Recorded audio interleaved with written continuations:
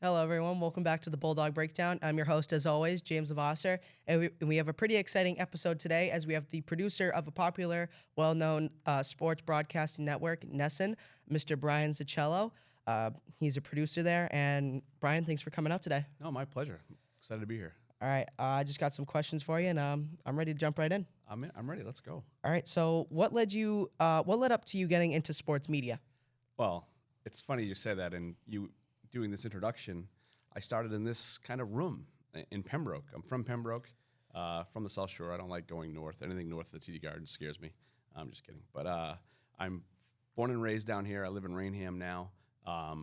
But Pembroke Community Access Television is where I started, and I had television shows in high school like this, where I hosted an NFL Pick'em show, and I hosted another show called From the Bench years ago. There's still some great videos out there of From the Bench, where we interviewed like local athletes, and I just got into it. And one of my baseball coach at the time, Bob Rogers, worked at NESN, and just started asking questions about it. Just started doing it, and then next thing you know, I was doing play-by-play for the hockey games, the football games, and the soccer games. I played baseball, so I just was always interested in the television part of it. Sports in general has been kind of what my passion has been. So it's kind of led me to where I am. But it literally started in a studio just like this. So what led you into getting a position in NESN, and how did you start out? Sure. When I was at school, I was at Bridgewater State, and an overnight editing position opened up. And I was 19 at the time. I was fresh out of high school, really. And Bob Rogers worked at NESN. It was like, hey, it's a 6-month position. Why don't we'll throw your name in the ring and see what happens. And, I know you can edit because I edited everything in Pembroke Community Access Television. I had that background, and I just think he thought, it could be a fit, overnights, and working on NESN Sports Desk back in the day, which was a 15-minute show, and it was all edited. So that's really how it started. And 6 months turned into this November will be my 30th anniversary at NESN. So pretty wild to think that it's kind of gone that way. And when people, hear that, I'm like, yeah, I started when I was 19, and it's pretty wild that this year's going to be year 30 for a 6-month editing position. That's crazy. What does a typical day look like for you as a producer on game day? Sure. My main job year-round is Bruins, so every Bruins game. And sometimes that also involves some field producing for national games as well. But for the most part, we have a really good production team. We've been doing this together for a long time. Our graphics producer, our director, even our talent. Judd Surratt was new this year, but Andy Brickley's been around for a while. Our studio folks have been around for a while. So we have we like to call it one broadcast and one team. So even though the games on an average week are Tuesday, Thursday, Saturday, the prep is a couple days leading into it, and watching an opponent, watching this. They're playing Carolina on Thursday. I try to at least watch a period of a recent game from them on Wednesday, and you start to build the format. But then a game day is, literally, nowadays as I've gotten older, it's you drive my daughter to school in the morning, and I'm on my laptop right afterwards, just getting some stuff ready, just making sure Judd and Brick have what they need, making sure our graphics producer has what he needs, just so we're not just keeping the ball rolling. It's all deadlines. It's not just 7 o'clock. The game goes on and we're on the air. We don't just hit play. Like, it's hours of prep. So I would say an average game day for 7 o'clock for me starts no later than 8:30 in the morning. But you're into it. Like, that's the season. It's 6-7 days a week during the season. And I get to the production truck or Watertown, Mass, where we do all road games from now. I used to travel for all the games. But now I'm there probably 7 hours before the game on average. I try to get to the production truck at the Garden by noon. That's when our tape call is. And then same thing for Watertown. I'm in our control room by noon, making sure we're preparing everything we need to prepare for the game. Is that what it's like for Red Sox games as well? Yeah, it's a little different. The beauty about baseball is, take this homestand, for instance. Right now they played 4 against Chicago and 3 against Seattle. That first game is when you're really coming in early and setting up. So say it's a 7 o'clock game, you're there probably between 10:30 and 11, and you're really starting bare bones, building the truck and building your, historical look backs or any kind of graphics or things that you're going to save for the whole series. That first day, we call that the set day. That's the long day. But then as the series goes on, that's 7 or 8 hours before the game becomes 5. In some positions, camera guys can be 4 or 3. because the show is set. You still come in, you fax it, things go wrong, but for a series, it does push the end times back a little bit as you get going. So, I'm sure today the 7 o'clock game or 6:45, they're probably all in at like 2:45 instead of 11:45. So that's just where baseball, you can kind of set it and forget it for a couple of days, where hockey is in and out, in and out, in and out. What would you say you like filming more, Bruins or Red Sox games? Well, I mean, I love I love all Boston sports, and I'm so lucky to be doing Bruins and Red Sox. That's what I've grown up with. It's been my passion, especially I'm a huge Patriots fan as well, though. But working those two sports, I take great pride in both of them, knowing just certain things in my family, my life, of how, what Red Sox mean to me, that, and what the Bruins have meant through my family's eyes, my dad's eyes for years. I take a lot of pride in that. So Bruins, it allows me a little extra time in the summer as well, so I do love that. But baseball was my first love in sport. I love baseball, and I still try to, watch every game and work every, to get a chance to work some games when I can. I produce like 15 to 18 Red Sox games during the summer, for vacations and things like that. So Bruins, I definitely am passionate about hockey and the Bruins, but my first love is baseball. So you grow up playing baseball. I never played hockey, but I've grown up loving it. So it's a tough one, but I'm going Bruins. Yeah. How hard did it hit you when Jack Edwards announced that he was done? Jack's meant a lot to me in my career, and we still text back and forth all the time. And that was one of the things when I got promoted internally to this position. He was one of the first people that reached out, and was excited about it. And we built a relationship through the years that is phenomenal. And we had a great run, great teammates. We always talk about that, the teammates and what our production crew is like. It is a team, with Jack and Brick. They really set the tone for that. And Jack, was excellent to me. And just, I always pinched myself sometimes, like, I'm working with Jack Edwards. Like, he's in SportsCenter commercials with my other, my favorite baseball player of all time is Roger Clemens. And it's like, this guy is a legend. And for him, there were times in my career that he, had some nice things to say. And I'd always took a great deal of pride in that, knowing that I'm Jack approved. What's the most memorable experience on air for you, and what was it like behind the scenes? On air, that's a good one. And I know you showed me the questions, but I missed that one. No, but on air, it's got to be 2013. With the way hockey works, we don't always get a chance to.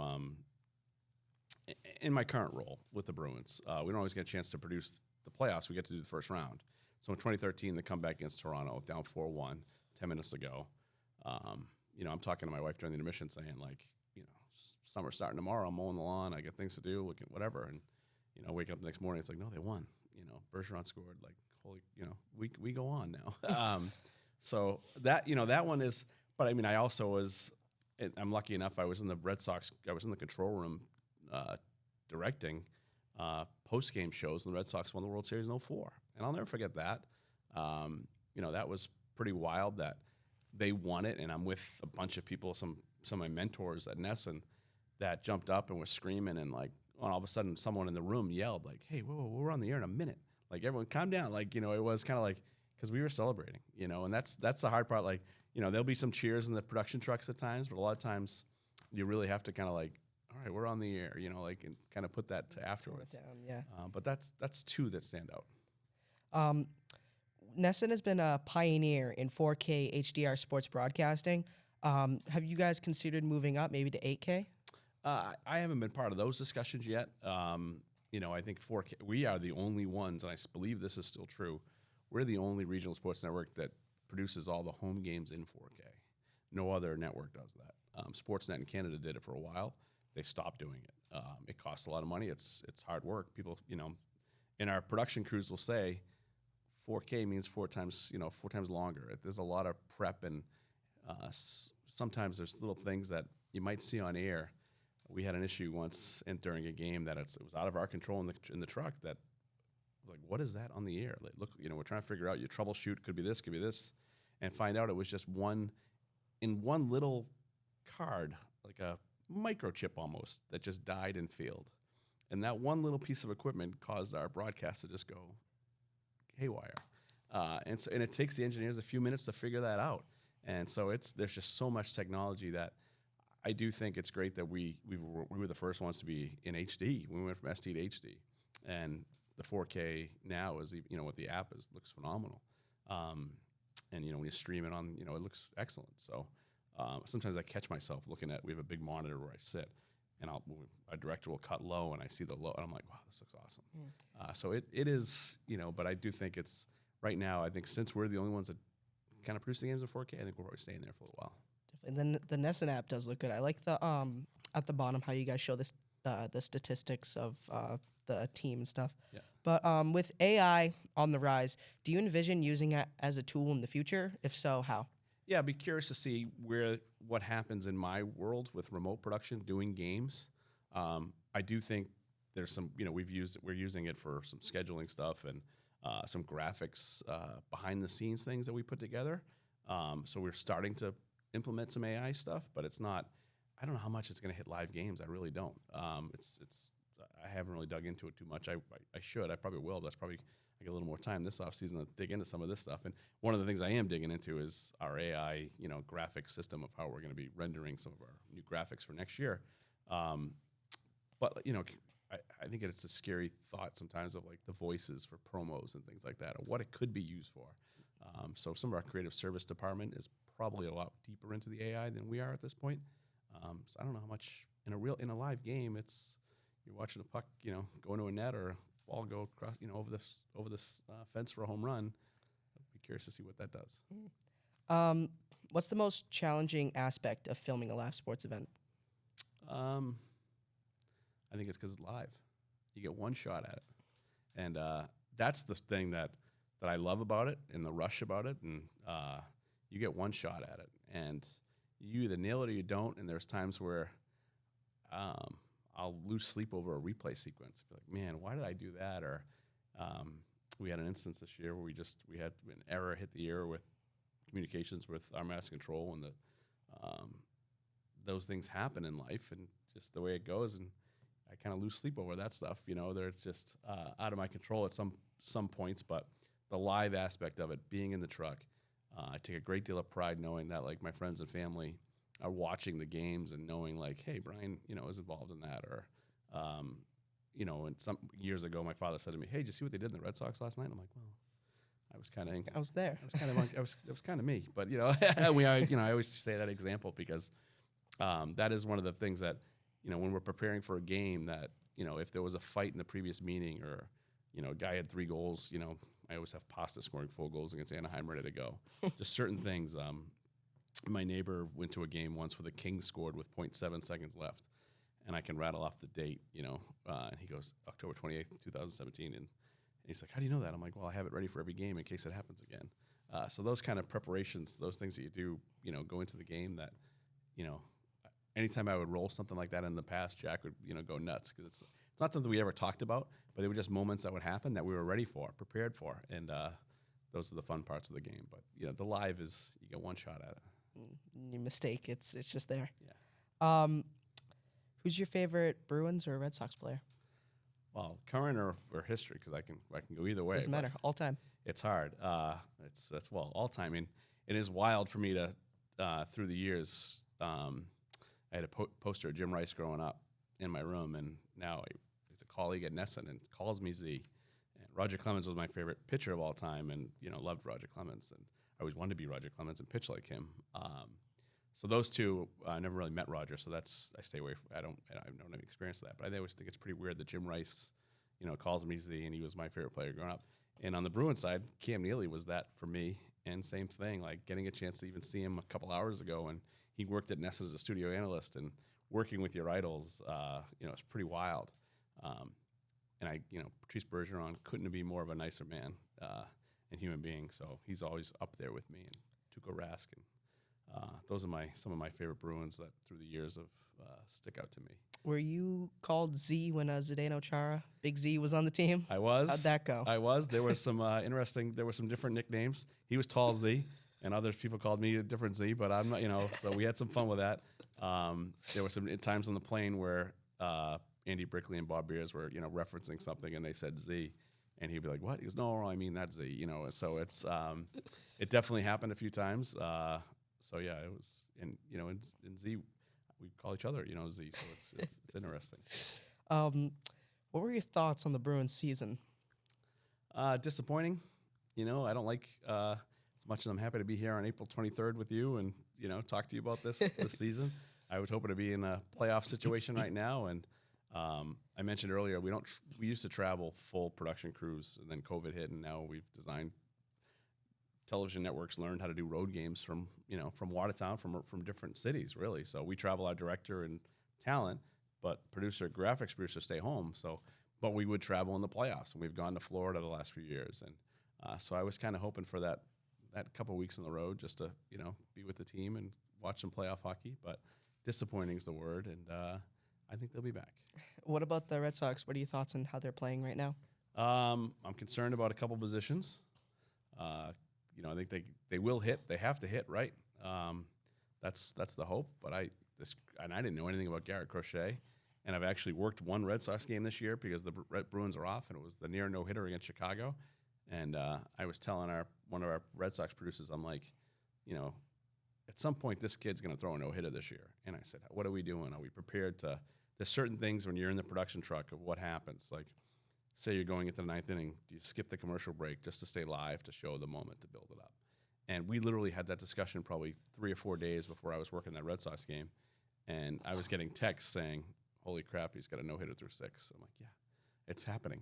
He's going to throw a no-hitter this year. You got to kind of predict things. He's going to throw a no-hitter this year. I'm going to get a hole-in-one this year is my goal, and I'm predicting Garrett Crochet will throw a no-hitter. So those are two things that will happen this year.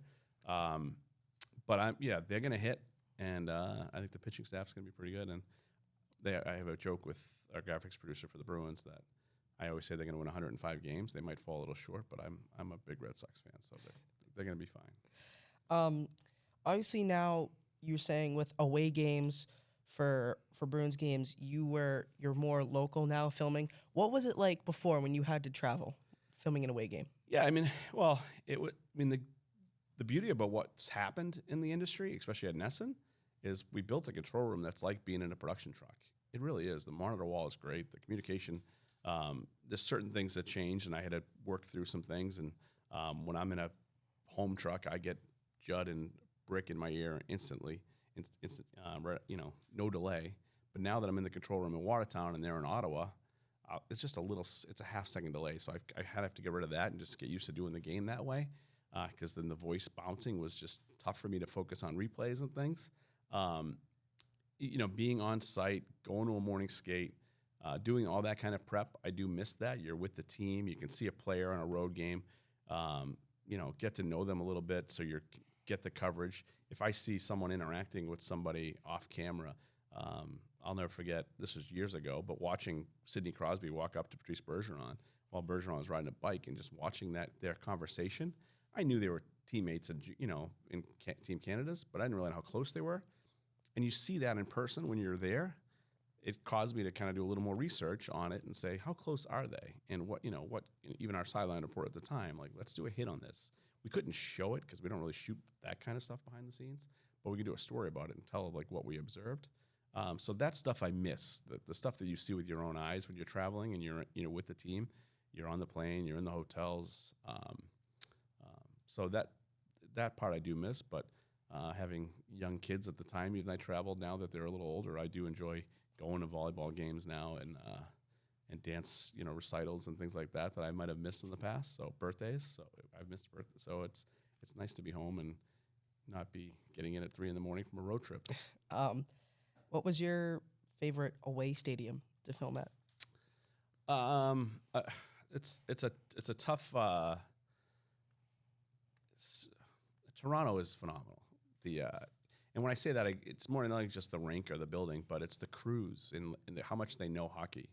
And so when I'm relying on 3 or 4 different tape operators, because I'm dealing with people for replays and stage managers in the booth that work with our talent, but I'm on, I have about 10 people in my headset at all times. But if we're looking at different replays, and I've got guys that, Andy Brickley mentions a back check, and I hear 2 people in my headset say, I have it in green. And it's like, great, let's go to it. I mean, a lot of times through the years, Brick and I have built a pretty good relationship of kind of knowing what he's looking for. But there are times where he might say something, and I'm talking to mass control, but I can hear a tape operator sell me what that look is because they're also listening. It just helps, and so that teamwork in Toronto is phenomenal. But going to city, and I've never really traveled much growing up, but so going to Nashville and experiencing that, going to, being when they won the Stanley Cup in 2011, like anytime you revisit that city in Vancouver, it's just phenomenal. So, but the crew, everything about the city, Toronto's right up there. You were talking about replays. What goes into like showing replays live? Because WPS, we were filming live sports like the hockey games, and we couldn't quite figure out how to do the replays. What goes into doing replays live? Well, I mean, as far as the equipment or just the decision making, I guess. We use 5 different EVS systems they're like, DVRs. They're just recording angles the whole time, and the guys are great, and female as well. Our operators are phenomenal, and so they know the equipment up, like the back of their hand. But as far as like decisions for replays and things, and I'm watching games, and I actually thought of this driving down here, and you didn't show me the questions too far in advance, but I was thinking about like replays and the job and how it goes, and I always look at it as if I'm sitting home watching the game and I want to see it. When I'm producing a game, I think of that way as a fan. Like, if I was at home right now, would I have to see that last rush of that save?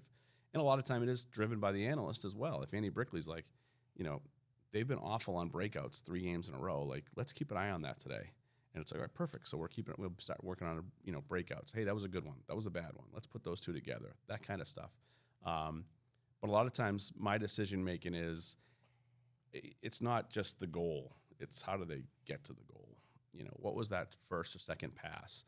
What was the back check by Bergeron, that led to it? That Marchand all of a sudden's in a 2-on-1. Like, that line of Marchand, Bergeron, and Pasternak years ago was just so phenomenal to watch and replay because they did something on the ice every time. So I'm always thinking as a fan, what do I want to see? There was a game last night, New Jersey and Carolina, and it was a playoff game, but I'm sitting there going, there was an unbelievable play on one end, and they go down the other end, goalie makes an awesome save, and I didn't see the replay for a few, and I'm like, what are we doing? So yeah, definitely watching. So I'll be watching any Bruins games on another network other than NESN, and I'll hear my dad in the background going, "Why aren't they showing that? Like, they're talking about this. Why aren't they showing the penalty that just happened?" Can I bring your dad in for my next review then? So maybe. Yeah. When the Bruins are in the playoffs, you said that you guys only cover the first round. Why is that? Like, what goes into scheduling a playoff game? Well, I mean, it's all because of the way the TV, like the national rights holders, in baseball, we don't get to do any playoff games. So we just do pre and post game shows. Because baseball, Fox or ESPN buy the rights for playoffs. Football, same way. Football's all national anyways. But NBA, I believe, gets to do the first round as well, and NHL gets to do the first round. So regional sports networks get to produce the first round, and then once the second round happens, it's all national TV. And we still, NESN commits to do pre and post game shows for the second round, third round, Stanley Cup final if it goes that far, and that's where I was lucky enough to be in Vancouver in 11 when the Bruins won the Cup, and even 13 in Chicago or 19 in St. Louis. Like, travel the whole way through to see what happens with the team. So we're providing coverage for the viewers back here for the Bruins games. All right, and my final question. So I noticed that, like, watching some of the Pittsburgh Penguins games, Sure. they have a similar scoreboard to you guys. Is that just a coincidence, or I swear I heard something about NESN purchasing like their parent company or something like that? Like, what's going on there? Well, I mean, so SportsNet Pittsburgh is SNP.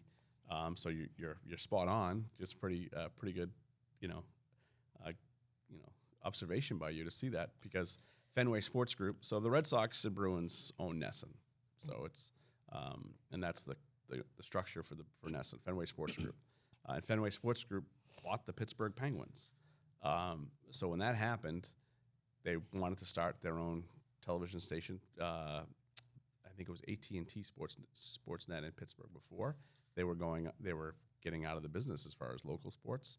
I believe that's the case. But so Fenway Sports Group was asking NESN, like, what can we do to, kind of come up with their own network? So it's not like we manage them, but we're definitely partners with them.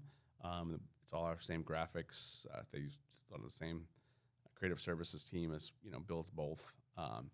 They lucked out with the Penguins because it's all black and gold, so you could just take kind of the same, elements that we have, just change the tri-codes in the scoreboard, but and then different opens, things like that.